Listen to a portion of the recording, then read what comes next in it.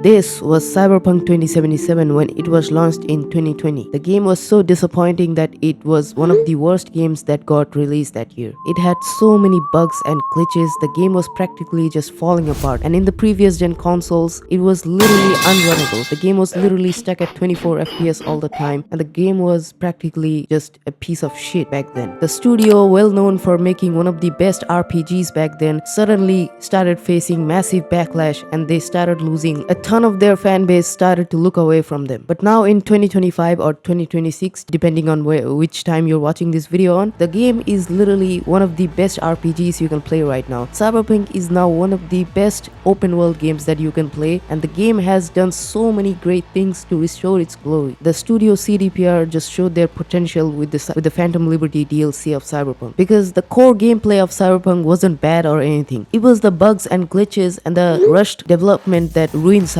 The core gameplay of Cyberpunk and the story of Cyberpunk was amazing, and this is why CDPR had the potential to recover the game from its mess. But I'm not here to talk about how they restored the game from being a piece of shit to now being one of the best games you can play. In this video, I'm gonna talk about why you should play Cyberpunk, because a lot of people are still hesitating on playing Cyberpunk because of its release. I mean, I personally think if you're a gamer, you should play Cyberpunk 2077 because it is a game that is worth every single minute of your time.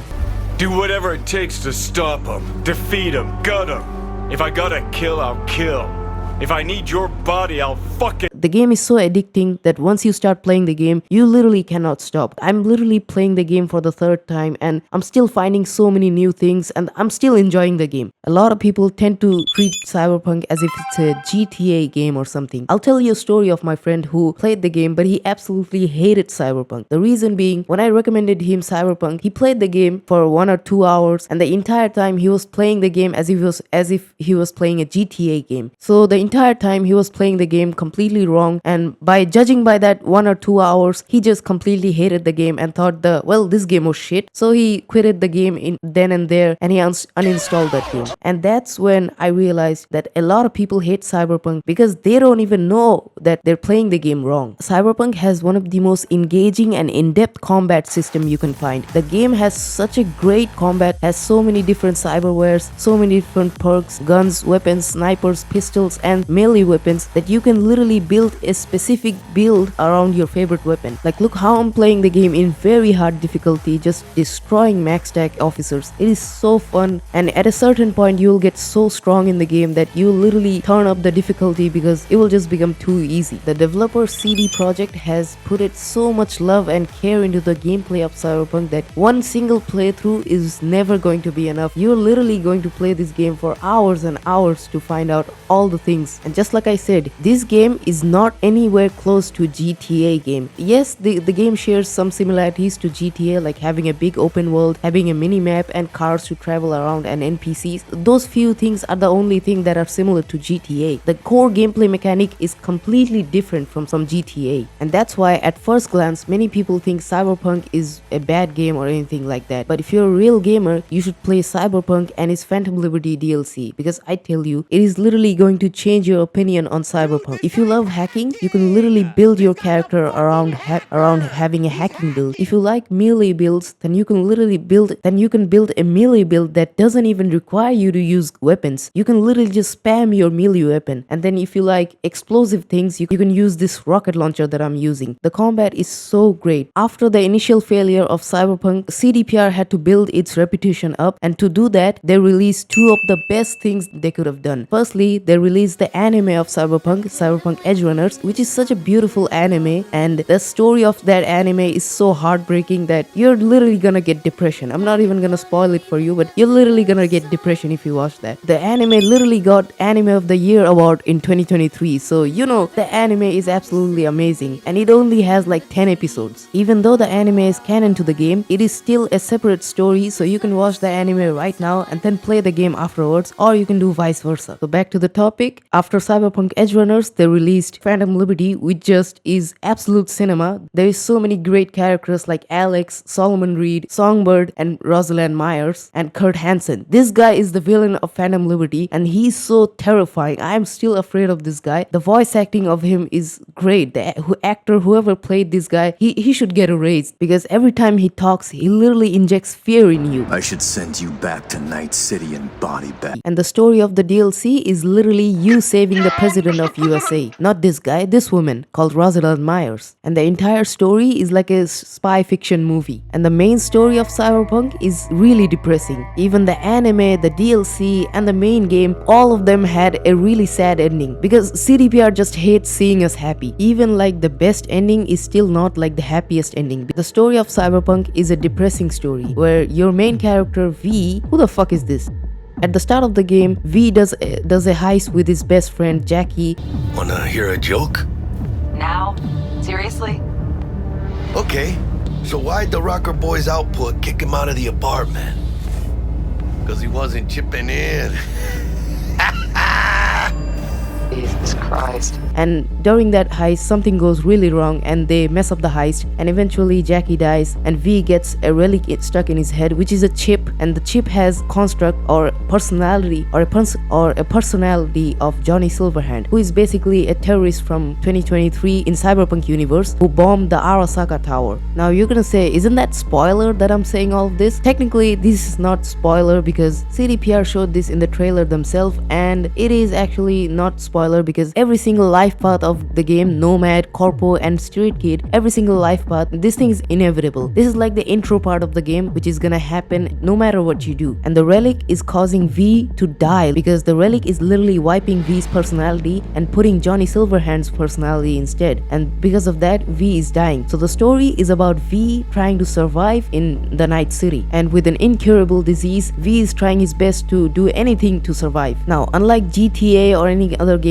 this game has two types of side mission: the side mission and the main side mission. The game rewards you if you do the main side mission, because if you do the main side missions, the game will actually unlock many other different ending options for you. So if you want to finish the game as fast as possible, you can literally just finish the game in like 10 hours, because the main story of the game is really short. But if you want to get the best ending possible, you have to do the other side missions as well, because if you just finish the game as it is, you will literally get the worst ending possible. And that's why I said the game has side mission and the main side mission. In the main side mission, you basically meet new characters and all the new people, and you make friends with them, and eventually a lot of them decide to help you or just unlock new paths for you to finish the game. But if you decide to ignore all of that and just finish the game as it is, you'll get the bad ending. And the side mission are completely optional. It is up to you if you want to do it or not, but I recommend doing them because the Phantom Liberty DLC has so many great side missions. Many of those side missions actually have different subplots to them, and these missions are given to the player by these guys called fixers, and these are basically the middlemen between you and your client, because our main character V is a mercenary, or basically just a hired gun, and clients pay these fixers to find mercenaries like V to do their dirty work for them. And now you may question, why does V do this? It's because V is driven by ambition to become the Night City legend, but during doing that, he gets himself into a heist, and after that heist, he completely fucks it up and he gets Johnny Silverhand stuck in his brain. And let's get to Johnny Silverhand. Johnny Silverhand is from 2023. He was a rocker boy and a terrorist who decided to bomb Arasaka Tower because he absolutely hated corporations of Night City. Because Cyberpunk's world is not ruled by politicians or dictators. It is ruled by corporations, big corporations that control people's life and are greedy and do anything to get people's money and their attention. Wait, isn't that BlackRock? And the politicians are literally just pawns in a big chess game for these big corporations. So the city area of Night City is beautiful and lit with neon lights and massive buildings. But if you go to the outskirts of the city, you'll find poverty and so many poor people and many gangs and gang violence. And this is the exact reason why Johnny Silverhand had so much hatred for these big corporations.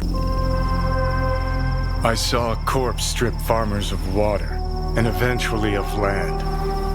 Saw them transform Night City into a machine fueled by people's crushed spirits, broken dreams, and empty pockets.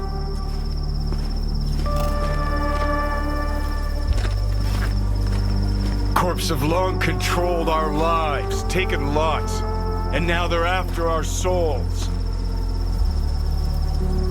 Might be right. Can't really argue with you there. V, I've declared war not because capitalism's a thorn in my side or out of nostalgia for an America gone by. This war's a people's war against a system that spiraled out of our control. It's a war against the fucking forces of entropy.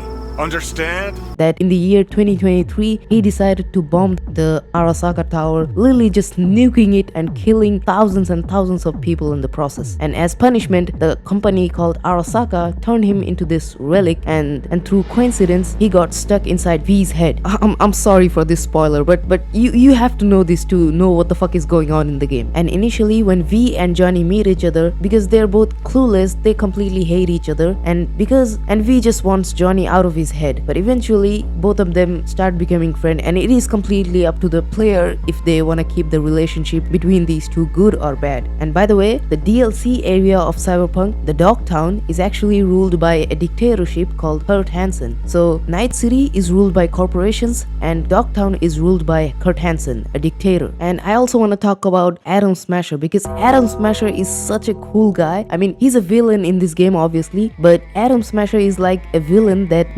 not even the power of friendship can defeat. And after watching the anime, people just started jumping into Cyberpunk just to fight Atom Smasher, because in the anime, Atom Smasher did so many atrocious things that I'm not even gonna tell you. Just watch the anime and you know what he did. So Cyberpunk has a really decent story, has really amazing characters, an amazing combat system, an amazing DLC, a decent open world, and two very amazing main villains. I mean, not even three, like 6 villains because of the corporations. So Cyberpunk is definitely going to not only meet your expectation, but also it has the chance to like absolutely surpass your expectations, because it is a really great game now. But there are some small bugs and glitches still present in the game, but it's pretty minor that it's not even gonna ruin your expectation or anything like that. And CDPR is constantly uploading new updates to keep the game fixed. Honestly, if Phantom Liberty was released in 2024, I would say that not only Phantom Liberty could have been nominated into the Game Awards, it could have also won Game of the Year. Yeah, Black Myth Wukong and Astrobot can go fuck.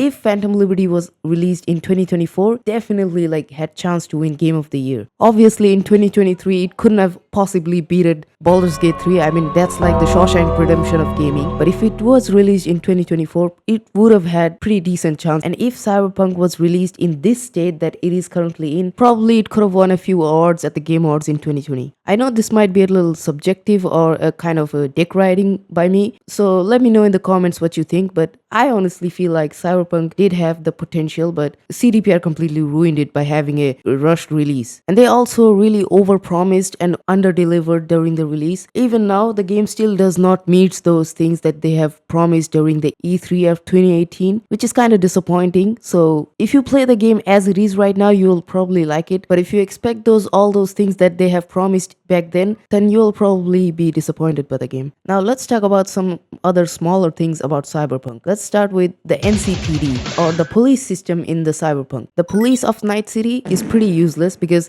when you commit a crime, even the smallest crime, they don't even like give you a warning or anything. They just start blasting you whenever you just appear in front of them. And I found a pretty decent lore explanation behind this. The thing is, Night City is full of criminals and crimes and gang goons, and like Night City is literally just New York City but on steroids. Like every single day, almost 30 or more people die in Night City. Like in the game's intro, the announcer literally just says that like 30 people died yesterday. Yesterday's body count lottery rounded out to a solid and sturdy 30. In every corner of Night City, there is like criminal activity happening. And because of that, NCPD is so tired of this that they don't even like follow any protocols or anything. They just completely shoot anyone they found suspicious, because obviously crime is just so high, they cannot like fix it normally. So they just blast anyone that they find suspicious. And then there is MaxTac, which are basically just Grim Reapers of Night City, because if Night City police is considered a firecracker, then MaxTac is a literal hydrogen bomb. Because when you reach 5-star in the game, unlike GTA or any other game that sends in military and all that, the game takes you seriously and they send in MaxTac. And every single one of the MaxTac guys has boss health in themselves. Every single one of them is like a mini boss by themselves. And when the MaxTac summons, the sound effect is just terrifying.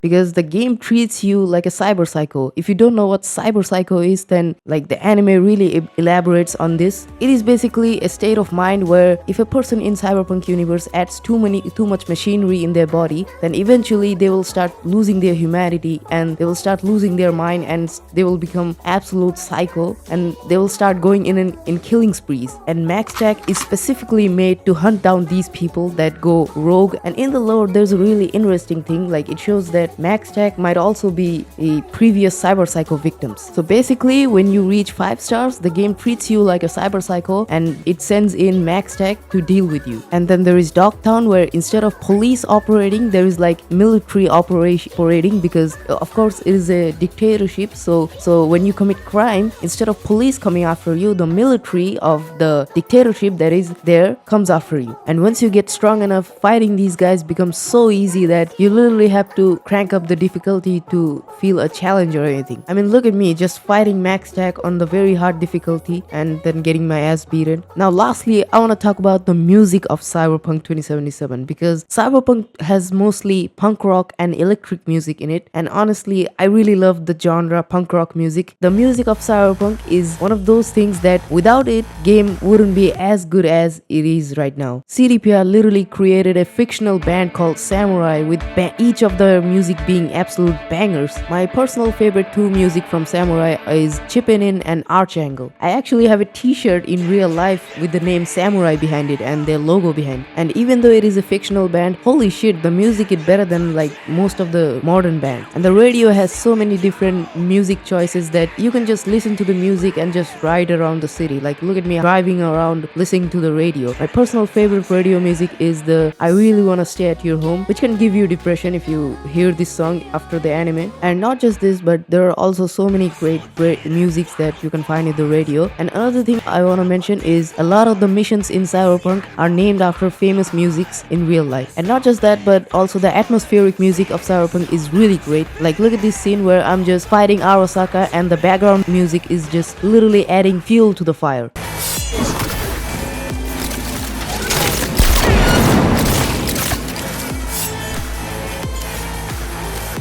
And this scene where Johnny is talking to V about what he really wants, and the background music is just elevating the situation. I saw a corpse strip farmers of water and eventually of land.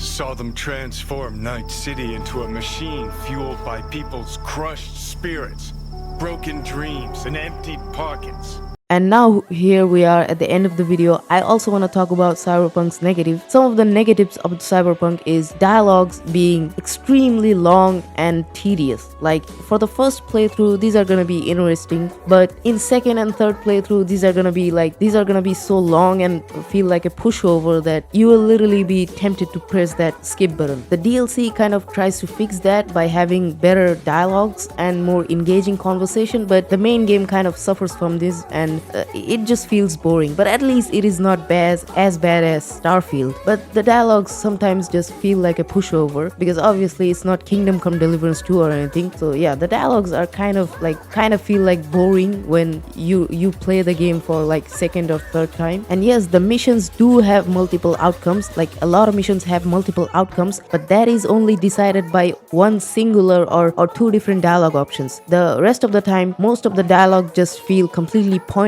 and or feel kind of stale. Cyberpunk's world is also kind of dull and empty, because once you finish all the side missions, all the quests, all the NCPD objects and gigs, then eventually the world is just gonna be empty. It's just gonna feel dead and you will have really like nothing to do at all. So that is another problem that Cyberpunk's world have. Like it's just too damn empty, and the NPCs feel like props being placed there, because like you cannot even interact with the NPCs. But if you ignore all that that and just play Cyberpunk for the story and the combat and its amazing music, then you'll definitely have a great time playing the game. And Cyberpunk Phantom Liberty is literally worth every single penny you spent on. That was like the entire video, chooms. If you enjoyed this video even a bit, then consider giving me a like. And if you want to see more of these video game related contents that I'm going to upload on this channel, then make sure you subscribe my channel. Otherwise, don't bother subscribing. Anyways, thank you for watching this video till here, and yeah, see you in the next one. Goodbye.